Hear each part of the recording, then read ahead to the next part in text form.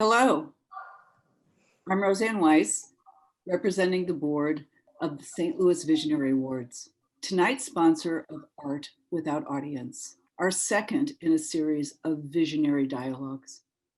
Our mission is to celebrate women who make outstanding contributions to the arts in St. Louis, usually with a lively night of entertainment and fellowship in Grand Center.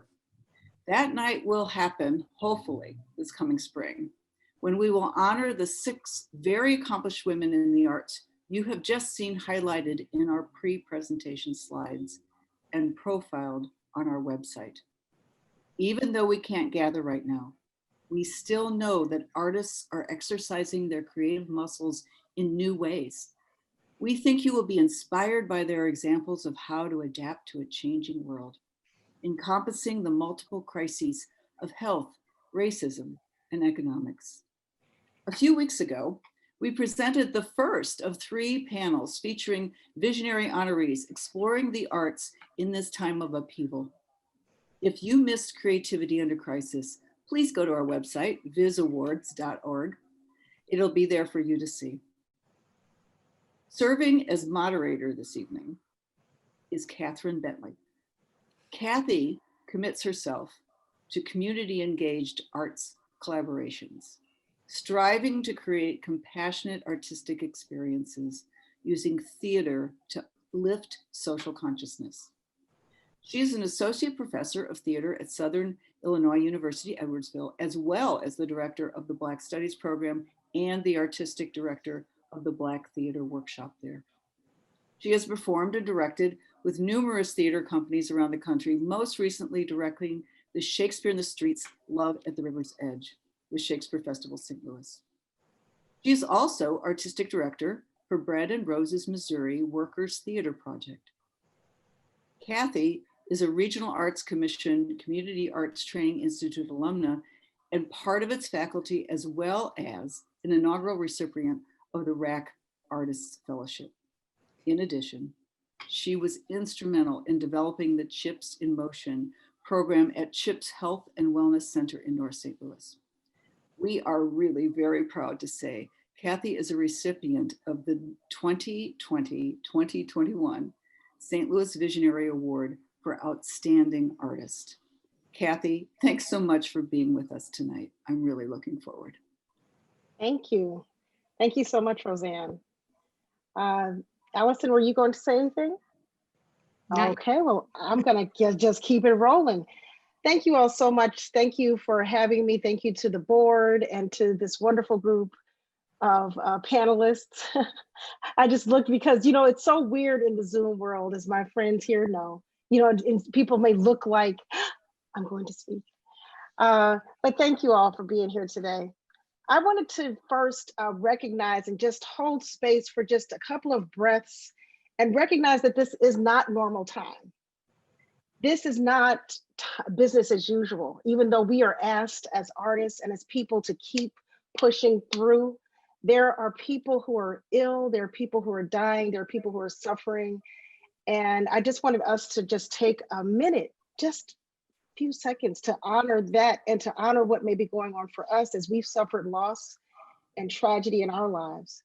So before we start, if we can just take a couple of breaths together to honor wherever we are right now.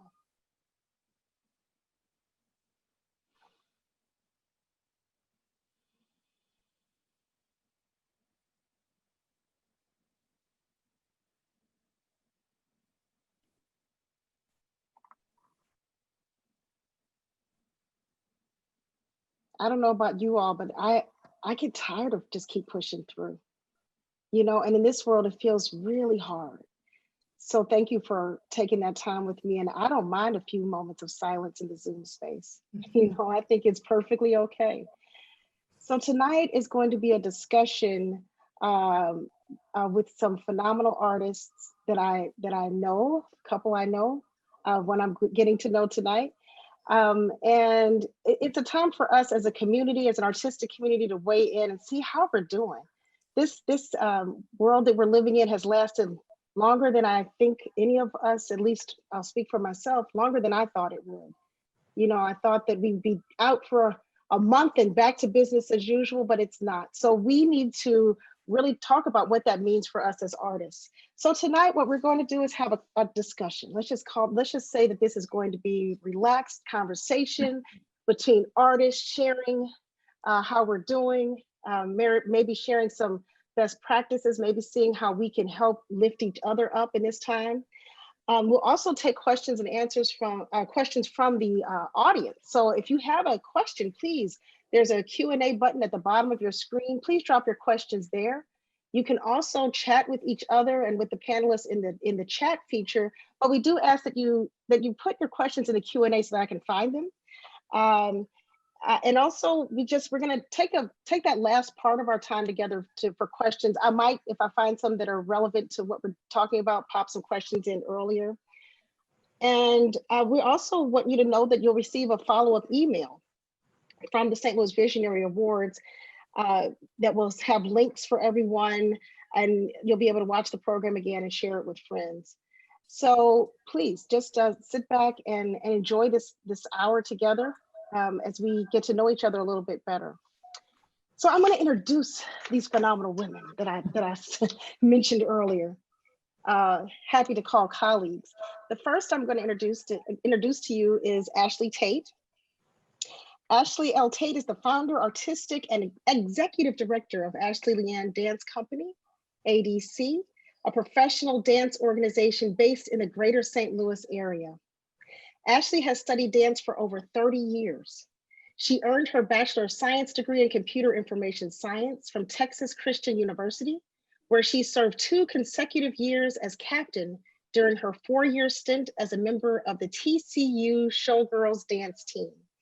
Ms. Tate has choreographed for NCAA and NFL basketball and football halftime shows, studio recitals, theater productions, professional dance organizations, and national and regional dance competitions. She teaches master classes and workshops in contemporary, jazz, hip hop, modern improvisation, and composition. She was a member of the St. Louis Rams football cheerleaders, serving as a captain for 2 years. She is now a board member for Missouri Dance Organization, a member of the National Dance Education Organization, and an adjudicator for Fury Dance competitions. And in addition to all of that, Ms. Tate is an adjunct professor. Listen to this, what she's doing right now. She's an adjunct professor of dance at WashU, at Webster, and at Southeast Missouri State. And she actually drives to Southeast Missouri State. She's also the former chair of the dance department at Grand Center Arts Academy. Ms. Tate is a 2018 recipient of the Spencer T. and Ann W. Olin Fellowship for Women in Graduate Study. She is a May 2020 graduate of Washington University in St. Louis, earning a Master of Fine Arts degree in dance. Welcome, Ashley. Thank you so much for being here. So Ashley was one of those people that was caught in that place where her last year of her master's program was a little interrupted. So we might talk about that in a little bit. Thank you for being here, Ashley. Allison Felter is in her 25th year as Director of Education and Engagement for Opera Theater of St. Louis. Wow, what an accomplishment, Allison. Where she oversees more than a dozen education programs for student and adult audiences, including the Bear Fun Artist in Training Program for high school students, the only program of its kind in the country, and recognized nationally by the President's Committee for the Arts and Humanities. In 2014, she helped create and launch 2 notable community engagement events, Spring Sing and #with Normandy, a concert for peace and unity, featuring Christine Brewer and Denise Graves, along with church, school, and community choirs in response to the unrest in Ferguson, Missouri. I get a little excited when I hear about the great things that people are doing right here in St. Louis.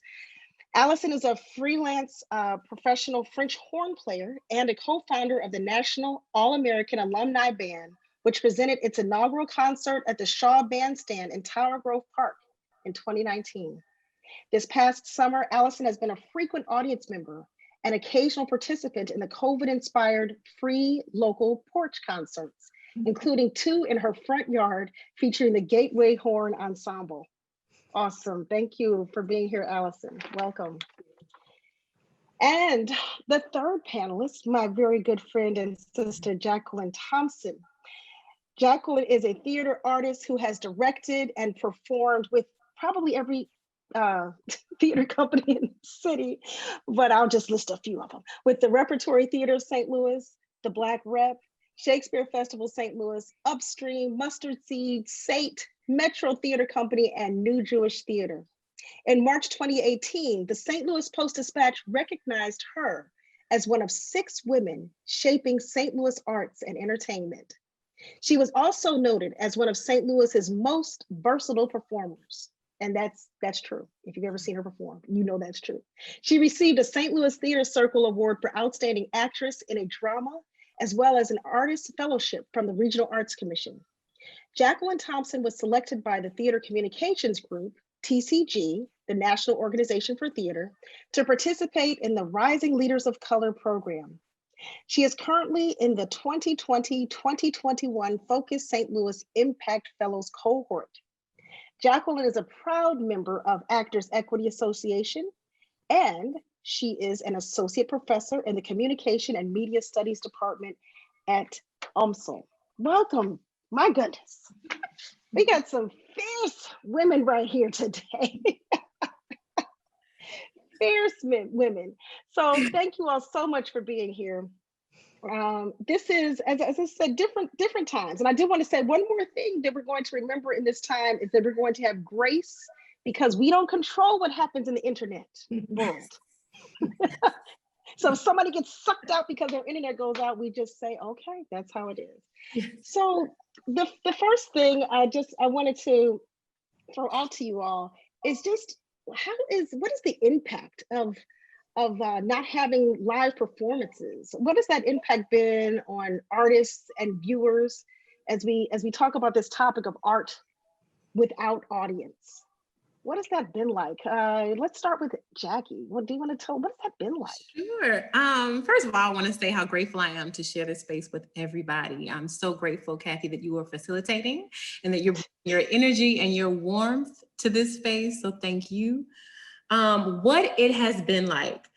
You know, as an artist, there's a reciprocity of energy that you feel when you're on stage, and you know right away whether the audience is with you or if stuff is not landing.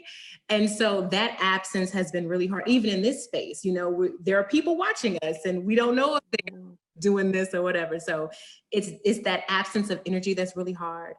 For audiences, you know, art, and everyone on this Zoom call knows that art can incite change, and it can challenge, and it can make things palatable for people that are resistant otherwise. Mm-hmm. We don't have that tool, you know, right now in spaces. And my heart goes out most for students that are training right now, specifically, I mean, all in the arts, but for theater students, you know, there's something about perfecting your craft in front of a live audience where you're working on dual consciousness. You're working on, yes, I am present looking at my scene partner, but I also need to know if this light fixture is going to fall on my head. I also need to know, you know, what happens when an audience member starts talking to you, you know, what happens if someone gets sick in the audience? How do I navigate that space? So there's a deficit of real life experience. Yes. Thank you, Jackie. Really, I want this to be a conversation with us, but for the sake of the first question, I'll call on people. Allison, what do you feel? How has this impacted your work just with not having live audiences? You know, deeply, like everybody. And Jackie's exactly right. I mean, without that live sounding board, literally and figuratively, you're operating in a vacuum. And you know, artists feed off of audiences, and audiences help artists step up their game and you know, and make things different for every performance. And that's the beauty of live performance. It's not going to be the same. It's not going to be hitting the replay button on there are fabulous, you know, amounts of digital content out there. that's pre-recorded, but it's going to be the same. And so, frankly, I feel starved, and that's why I was out in the community catching as many live outdoor, safely distanced performance opportunities as possible, because those are my people, and I need to be with my people. And I think my people need to be with me too when I'm an audience member. So it's a reciprocity thing. And but I have to say, you know, the artists are the most I think inventive of people. You have reinvented yourself many times over in this very short space, and it is really a miracle to see what has happened since March with artists. I mean, we've seen everything from living room concerts to live performances online to outdoor events. You cannot keep artists back. And so it has been just a test of resilience. And I think we have been a resilient group. And we are really anxious to get back together. I know that. Yes, yes, yes. Thank you so much, Allison. Oh my goodness. Ashley, what is your feeling on that? Yes, I have so much to say about I that, but know. I'll try to keep it to a minimum. But I just first want to thank everybody just being able to have the time to talk. I feel since March, I've been going, just trying to pivot and make decisions and keep creating and trying to create that brave and safe space for my own dancers so that they don't get discouraged, that I haven't really had time to reflect and sit with this just for myself. So this is probably the first moment I've had just sitting with you all to reflect on things from this last few months. So I appreciate that. But I think it has several implications, both positively and negatively. I feel definitely, as you both said so eloquently, just having that lack of energy is disorienting in a way. I definitely teach my dancers as well as myself to feed off of energy, and also just like as a life tool, like how to correct mistakes on site and things like that. That, you know, when you're recording it, you can record it again and again till it's perfect, but that's not that live, like raw energy. And I love that. And I think that makes people stronger artists and stronger presenters of art when they're able to pivot on site as well.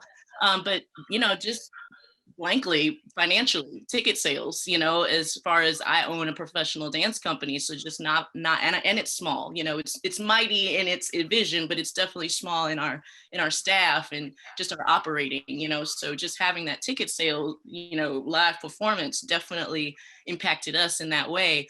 But on the other hand, we definitely pivoted, and it definitely opened up our opportunities to connect with audiences in different ways and to figure out how we can continue. And honestly, what really kind of came out of this pandemic, just as far as, you know, pivoting and our impact, is we were talking, the dancers, the other day, and we were thinking, you know what? You know, we love live performance, but this video thing might be something really cool, at least for now, not forever. But the other day, we actually filmed a piece that we are presenting for Dance the Vote, which is an initiative I don't mind talking about later. But we were filming the piece, and I realized how we were able to capture nuance and capture some emotional depth in the piece in a different way, because we were able to camera angle from different directions. And so we were thinking, okay, we definitely want to perform live. Don't get me wrong. We do not want to stay like this forever. But it definitely, after we got through the initial, like, oh man, you know, we can't perform for live audiences right now. We were like, we've got to keep dancing because this is our heartbeat and this is our pulse. So how can we make this a positive pivot for ourselves? And we thought through that, and we saw the result of the piece, and we were thinking, okay, this is pretty awesome. Right. So, I mean, of course, you know, we definitely all want to be together again and have that sense of community that is definitely lost without live performance. But right now, we have to keep going. And without dance, I don't know myself very well. And and all of my colleagues can probably attest to that. So however I've got to work with this right now, this is how it has to be. So that's where I'm at with this whole thing. So yeah, but it's definitely. Thank you so much. Yeah. No, go ahead. It's definitely Oh what no, I it's was no. saying. I'm just saying it's definitely hard, and just having Yeah. without those tech weeks and things like that to build that sense of community amongst the casting, that is definitely something I miss. But we power on because we're resilient. Yes, yes, yes. As Allison said, as you, yes, as you attest to, definitely. So, I think Jackie and you did too. Actually, mention students. So, as teachers, how has your teaching changed? In your craft, and how have your students responded to this new way? I don't know if you're teaching virtually or in person, and even in person is going to look different. So, how has that? How has that been? I'll start with you, Ashley, since we just finished with you. What's that teaching That's been good. like? Well, I do teach at 3 universities. Who Yes, you do. yeah, I know. But there's different setups. I'm virtual at one of them and in person at the other two. And then through my own company, our classes are hybrid because we can only have a certain amount for, just code. So yeah, it's been interesting as a teacher being very detailed over Zoom because I don't know if they're understanding, if they're hearing me. I have to almost say I'm so sorry if I'm over talking because I can't see, I don't know. So there's that challenge. I've gotten really good at mirroring, making sure, this is my right hand, those sorts of things. And then just being in person, I had a lot of anxiety going into that because I had been quarantined for so long and was only teaching virtual and then only allowed a few number of students into the studio. And so going back to a classroom with 18, even though we were in masks, I wasn't sure if I was emotionally or physically ready to teach all day in the mask and things like that. But we adapted because all the students were wanting to be there. They want, especially all of the dance majors I teach, they want to perform and have their concerts. So they have been, since we've started, taking it seriously. But the biggest problem that we've ran into, or at least I've ran into, is more so, and not necessarily a problem, but just a real issue, is how to keep them motivated. They're all asking me, well, what am I preparing for at this point? Is Broadway being closed and half the dance companies are not presenting work right now, or it's virtual and that's not really what they want to do. It's how do I use this time in a robust way as a student, and just reminding them that, I truly do think that this will pass. And I'm trying to keep that half full thought process and using it as a tool to say, hey, we've got all this time to get ourselves fully ready. So when you are ready to fire, you got all the tools you need, and you're able to dance both in person and on film. So you're learning all this cool stuff. So I understand, because I'm a working artist too. I still dance when I feel like it sometimes. So I understand, but it's just trying to keep the motivation going, because I understand, just feeling kind of defeated. So. Yes, thank you so much for sharing that. Allison, I saw you yesing some of that. Tell me about how the teaching has changed and how the students are responding to the change. Exactly. I mean, a couple of our programs at Opera Theater have, had to switch to online. And it's interesting that you mentioned the Artisan Training Program, which has been going 31 years. And you have to think about it. This program started before cell phones, before everyone had, and it is withstanding the test of time and change. And, so I have every ounce of appreciation for teachers who are spending exhaustive hours, as Ashley was describing, just making the lesson, the class come alive.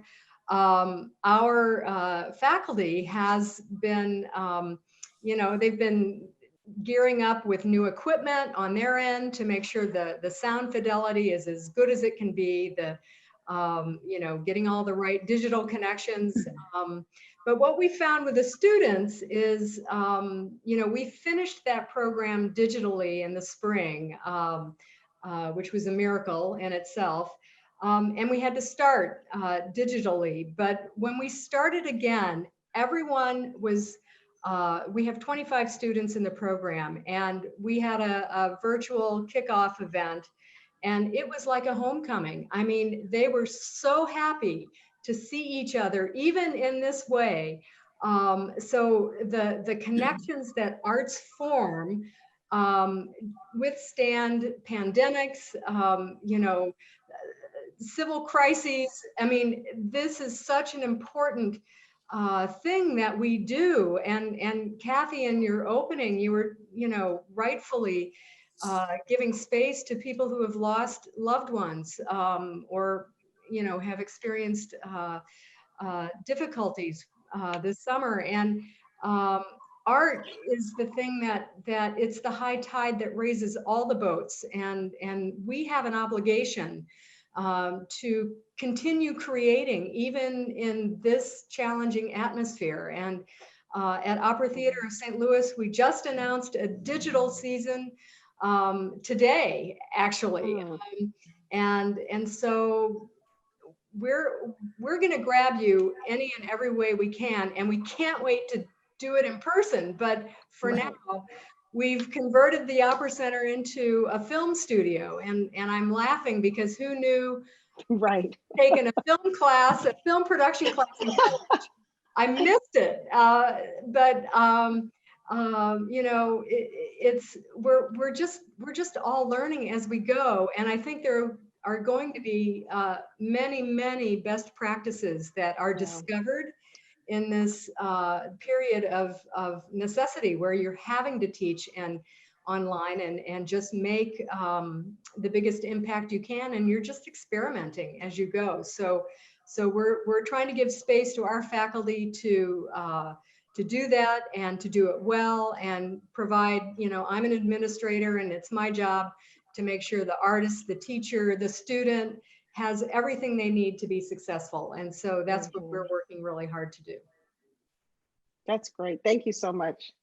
Yeah, that whole that best practices, I think that is so, that to me is the coolest thing that could come out of this. Yeah. We've made what we do so accessible to so many people that would never step into maybe opera theater, or to see Ashley's Dance Company, or to see a play, so we've opened that up, and some of those things should be continued. I agree. And yeah, Jackie, what about you with teaching, and how has that impacted that? Allison, you said it best. And I was intentional about into this semester and being honest with my students and saying it is experimental. And I'm asking for grace, and I'm going to give you grace in return, because, I want to hold the integrity of my discipline together, but I am figuring it out, right? And so much a part of my own process with teaching and directing is trust and vulnerability. You can't learn from somebody you don't trust. I can't learn from people I don't trust. So how do I create that space? How do I give space for just knowing who is on this Zoom call? So I've been, trying to figure stuff out, and I can look at their faces sometime and see what's landing again, what's not. And when I've lost people, I'm like, all right, well, we're gonna cut this short today, okay? But it is all experimental, and I just space and grace. Space and grace. I love that. See, I can remember short things like that. Space and grace. I love that. Yeah. And the honesty with the students up front is so important. I agree, Jackie. Yeah. I'm not a Zoom guru. I normally every week lose a class. And the internet snatches me out when they're in breakout rooms or whatever. Space and grace. Jackie, Jackie was leading a session for Regional Arts Commission. We had a little session, and I left because I had another meeting, but Jackie's like texting me, friend, I'm locked. I've been snatched out. My internet went out. They're in breakout rooms because I put them there, but now I can't get back in the meeting. And what do you do? Right? What do you do? You text as many people as you can. Right. Oh, so this leads to my next question. I'll start with you, Jackie. How do we support then? How can artists be supported in this digital world? What do you think? Yeah. I think it's about seeking out training. Like I can honestly say, like, I need more tech support training, right? So in order to I need to ask the questions. I need to find resources. I need to do the work, because I cannot train students and, have innovative ways if I have not done that work myself. So a part of it is training, exploration. and tapping into different areas that, you know, before I might not have thought were, you know, necessary, but now they are. So training. Mhm. I don't know about you all, but when the training comes along, do you sometimes go, oh God, I cannot do another minute on Zoom? Absolutely. Yeah. Absolutely. So it's there, like it's being offered, but I'm just like, oh, you know. Yeah. So thank goodness people record those and webinar sessions so that on a day when I can, you know, stand it. But yeah, I agree. More, yeah, training, we need it because as was said, as Allison said, we didn't go to school for filmmaking, you know, so this is a new challenge. Allison, what do you think as far as that goes, as far as support for The artists? support, yeah, no, that's, we're here to do that. Opera Theater has been investing in its Young Artist Program ever since the pandemic, you know, took hold of us. We continued to work with our young artists digitally. And again, it was an experiment. We did not know how a masterclass would translate on Zoom. And when Patricia Reset is leading the masterclass, and she is a force of nature as a performer and also as a teacher and stage director, those classes come alive. And I even heard some of the artists say, I did some of the most important work with her this summer because it was almost more focused.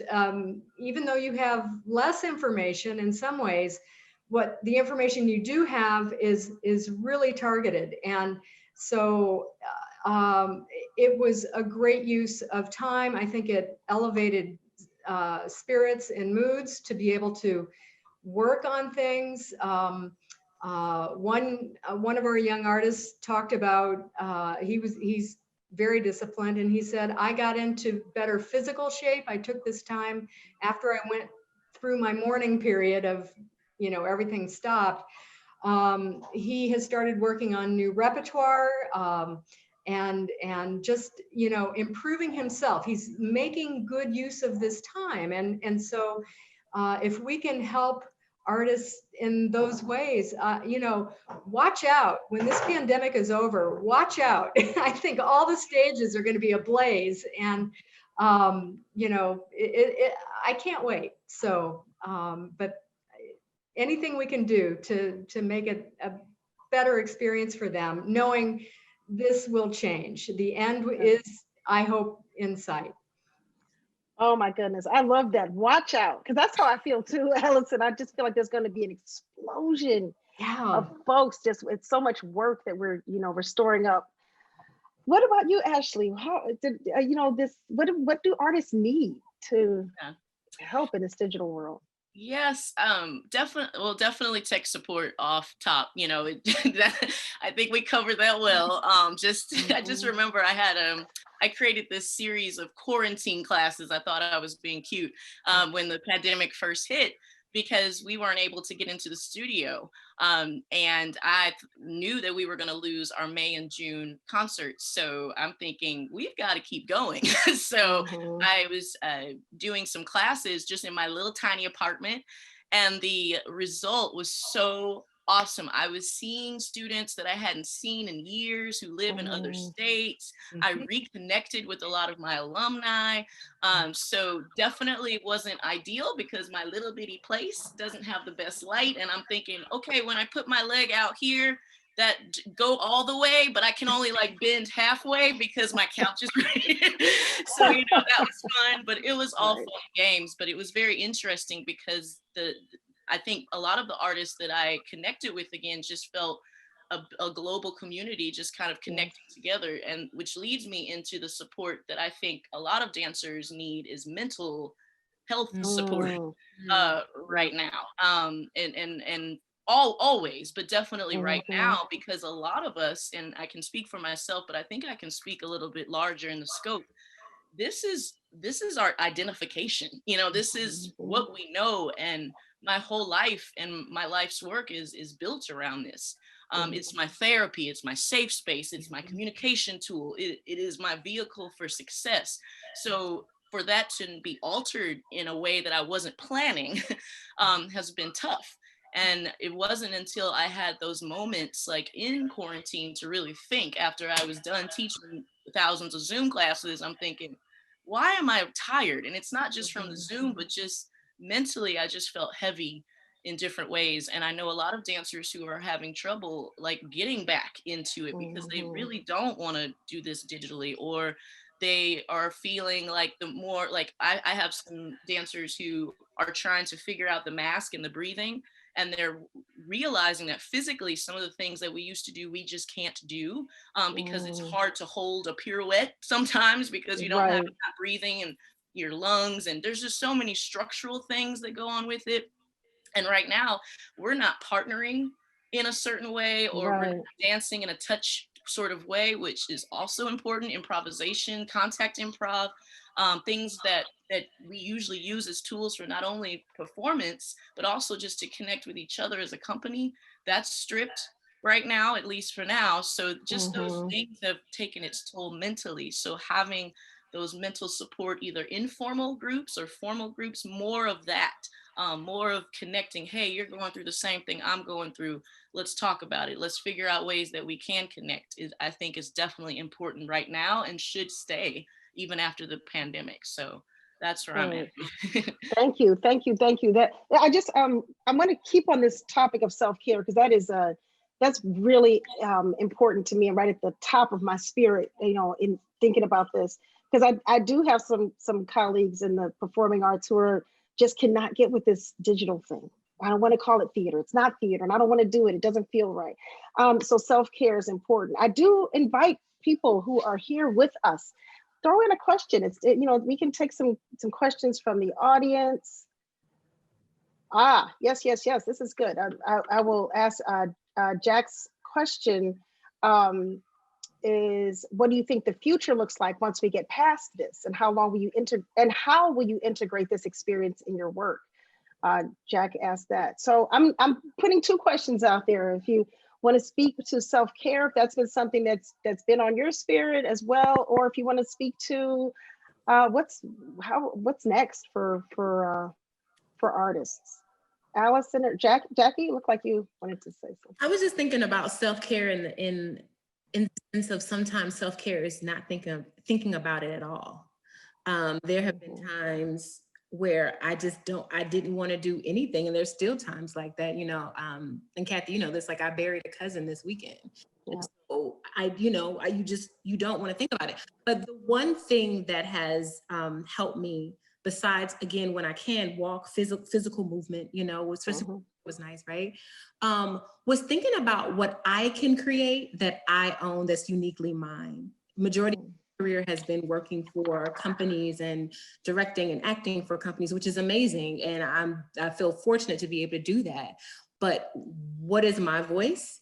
And what can I write? What can I do? So I've had time to think about that. I've had time to daydream and brainstorm projects and plays. I've done some writing that I would have never had space to do. So that is the one glitter of sparkle of whatever we want to call it that has come. Yeah. Yes, yes, yes, yes. Yeah, Thank you, Jackie. Go ahead, Ashley. Yeah, I definitely agree with that. I wish I had a little more time to do that. Just because I'm trying to pivot a season while a season is happening. So, you know, we're constantly changing, like, okay, can we do this concert? Okay, maybe we'll do this. So I've told my dancers, look, we're just going to keep creating. We won't maybe have a perfectly curated subscription season, but we're just going to keep creating art, and hopefully someone will show up. I've made this year more about them and keeping them lifted and sharing what we love with everybody else. We've kind of changed our mindset and our scope. But I was speaking to the question about the future. And I am just hoping, and I think this was mentioned in the last episode, which really struck with me because it is my hope. I'm hoping that after this is over and, you know, or we start to climb out of it, let's say that hopefully the arts don't exist in this nebulous cloud that we kind of access when it's convenient for us, but we realize that artists are working, sentient, passionate human beings that are essential to the survival of the human spirit, the psyche, right? We all turned to it real quick when quarantine started, whether it's the spectrum of Netflix and whatever, or you were looking at the Alvin Ailey performances, which I loved, or just trying new classes that you hadn't tried before, or maybe I want to take a jazz theater class at Broadway Dance Center. A lot of people were turning to the arts and still turn to the arts. We turn to the arts all the time. So it's really, really nice to see that. But I'm hoping that people realize that takes work and that takes, lots of things to make that happen. And we are essential to culture. So I'm hoping that maybe there is this shift in how we culturally digest and absorb the arts in a different way, that you realize we are part of this spectrum and not just on the outlier. So that is just my general hope. Thank you so much. Allison, did you want to speak to that? What does the future look like, and or multiple choice? I have my crystal ball right here. I think, there are going to be things that we keep, having gone through this digital experience. And so there may be an interesting hybrid of new art that is, incorporating Zoom, and people are writing for plays on Zoom. And we just commissioned 3 composers to write 3 short 20-minute works. It will be part of our New Works Bold Voices series, and it's meant for digital consumption. So, that kind of goes into along with how do we care and feed our artists? Well, let's employ them where and when we can. And let's be mindful of the care and feeding of our audience. Let's continue to give them experiences, particularly ones where we can gather in community. Some of the programming we're doing in schools, it is, the buzzword asynchronous. It's pre-recorded stuff, but in our approach in the education department, we're also planning on synchronous opportunities that are paired with the asynchronous. So they will watch, an abridged performance of The Pirates of Penzance, but along with that, we will schedule live Zoom visits with the cast members. So, in a strange way, there's even more access to the artists. And then talk about geography. We're not constrained by geography. Right. I mean, think of the best playwright you want to have a chat with. Well, I bet that person is available right now to do that. Yes. So, I mean, I have a bucket list. I have a digital bucket list.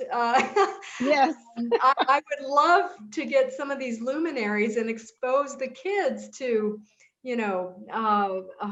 people who I can't afford to bring into St. Louis, but I might be able to, contract them for an hour on Zoom. And what an extraordinary opportunity. In fact, we will, the artists and training kids will be Zooming with one of the performers who played Simba in The Lion King recently. And he's living in England right now. So, do the math, make sure it's not midnight his time, but right.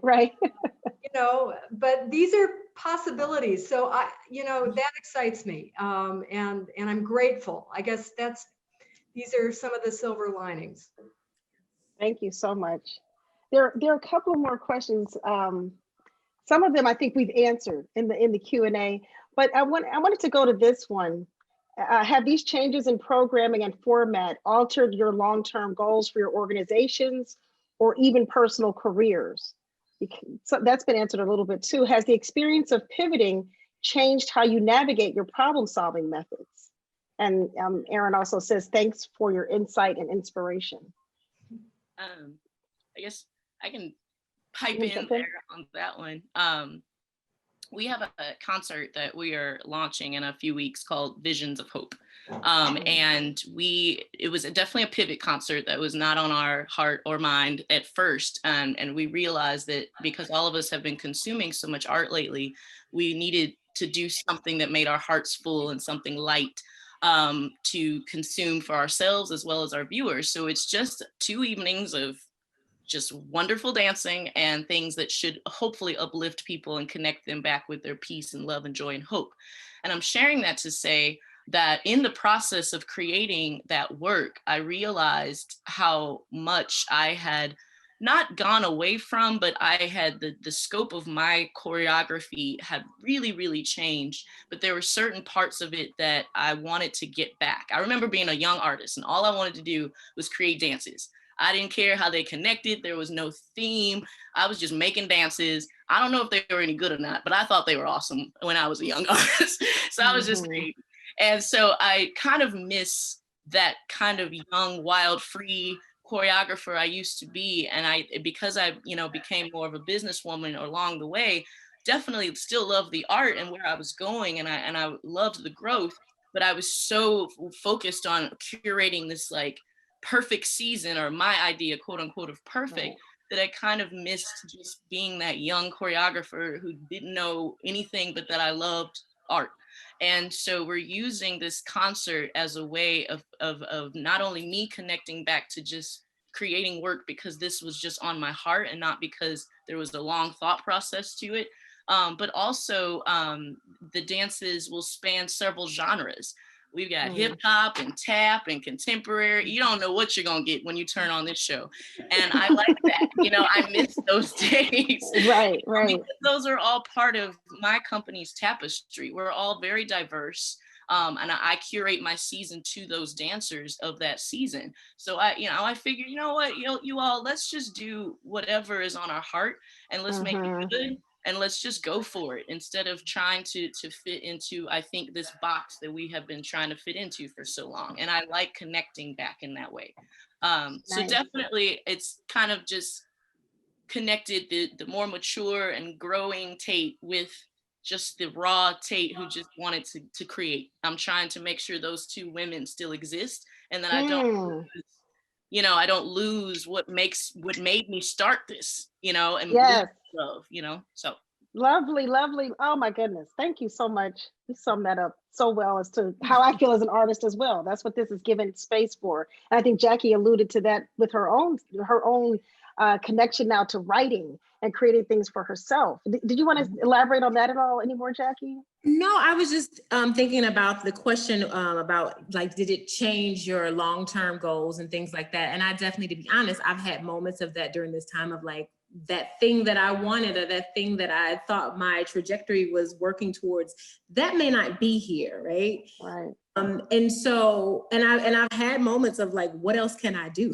And the thing of it is, and we've heard the phrase, like, I want to die empty, right? And I know how I empty myself out is through stories and empathy and curiosity and wonder.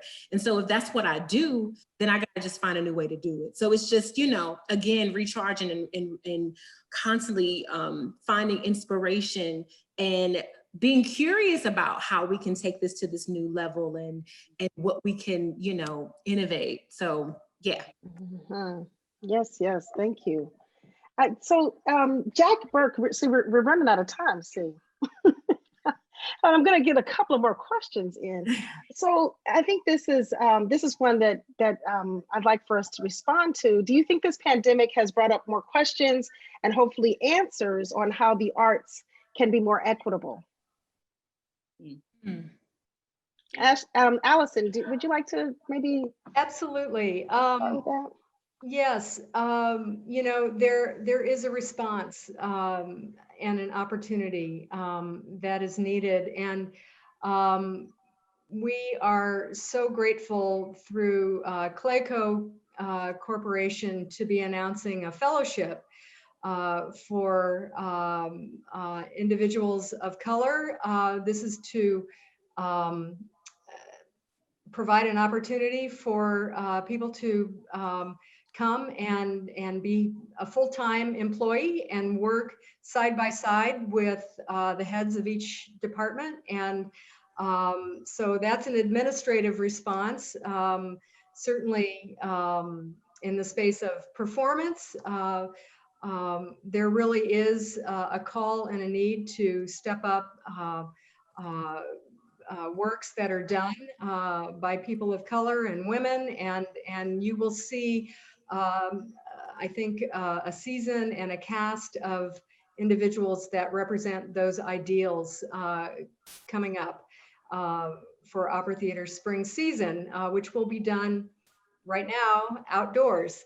So we shall see. But in terms of providing, opportunities and with a mind towards equity, that is a driving force and has informed many decisions for Opera Theater of St. Louis. And it's very, very exciting. So those are just a couple of things coming up. I should mention we're doing William Grant Still's Highway 1, which he is a formidable African-American composer. And we will be doing the premiere in St. Louis of that, featuring Nicole Cabell and Will Livermore, who are great artists in the opera world. So there's some good stuff going on and good stuff to look forward to on our stage. Thank you. Jackie, did you want to speak on that issue of equity? And will it be more equitable after? I'm curious as to what will happen. I think that there's a lot of talk about what could and what can, but we know it's an issue. Organizations know it's an issue. So, and I'm not in the space to answer that for organizations. I think that, there's a problem with accessibility. There's a problem with opportunity, specifically for POCs. And so, how can space be made? That's what I am most curious to see. We know it's an issue. So thank you. Yeah. Ashley, did you have anything to add to that about equity? And yeah, just very quickly, just that is something that's been on my heart even before this pandemic, is that issue of, like Jackie was saying, about accessibility and so many things. But my company just wasn't in a place, at least for me, to be able to have my stakehold in the growth of that. My company just wasn't in a place to do that because we weren't built in the infrastructure. But on Juneteenth, we changed our infrastructure a little bit, so we're on our way, but we're officially a nonprofit, which I'm so excited about, because I'm putting our company, I should say, in a place to be able to provide programs and to be able to do more work in the community in a different way. I've always had programs where people can pay into, but this pandemic, probably more than anything, made me realize how much we need art and how many people can't access it, and making sure that even within our own repertoire, like if we're going to be performing jazz and performing hip hop and performing these different styles, do we know the historical background of those styles? Do we understand where these things came from? Are we connecting with different organizations that look like us and things like that? So, and all of that plays into the vehicle of equity, right?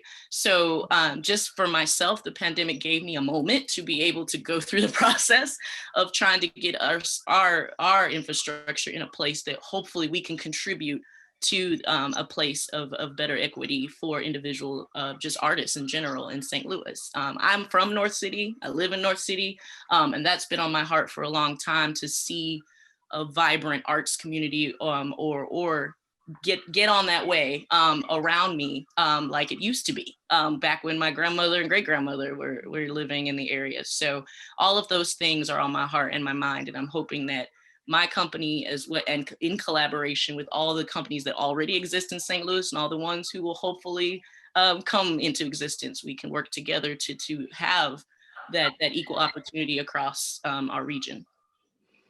Ooh-wee. That sounds like a challenge right there, Ms. Tage. Sounds like a challenge for St. Louis. This has been, yeah, right. I know you want to put it out there in people's face. We do need to challenge it. We need to challenge ourselves to be different. There is a reason for us to be in this place that we're in, this entire world is sharing in this exact same pandemic. There's some reason for it. And if we don't come out of it different, then we've done something wrong. And I'm so grateful to you three, my colleagues in the arts, for sharing your wisdom, for sharing your vulnerability, for sharing your excitement and your fears, for just being here and being very honest with all of us and with everyone who is out in the interwebs joining in with us. We do have an audience. This is called Art Without Audience, but we have an audience. We miss feeling and seeing and smelling some of them, right? So, so I'm so thankful to you all, and I'm looking forward to seeing you in person and to seeing your performances and plays and just being with each other. But in the meantime, I'm looking forward to the innovation and the beauty and the accessible art that's coming out of this, and the equitable art that's coming out of this. So yes, thank you all so very much. And the people that we didn't get to your question, we're going to try our best to send an email to get some of those questions answered. Thank you all so much. Thank you, Kathy. Thank you. Oh, you guys, space and grace. Thank you so much for gracing us with your presence. I'd really like to thank you for sharing your personal journeys and your joys and your struggle during this extraordinary time. And thanks, Kathy, particularly for moderating this discussion. We applaud all of you for the amazing work that you do all the time to uplift, educate, and enrich us. Thanks to all of you who have joined us in the audience tonight. We appreciate your interest in the art and artists and hope to see you at our next Visionary Dialogue in February. So please stay tuned. Can't wait till we can all be together, but please stay tuned to our website for updates. And in the meantime, we wish you good health. We wish you resilience, and we hope that the arts will provide inspiration in the days to come. Good night, everyone, and thank you so much.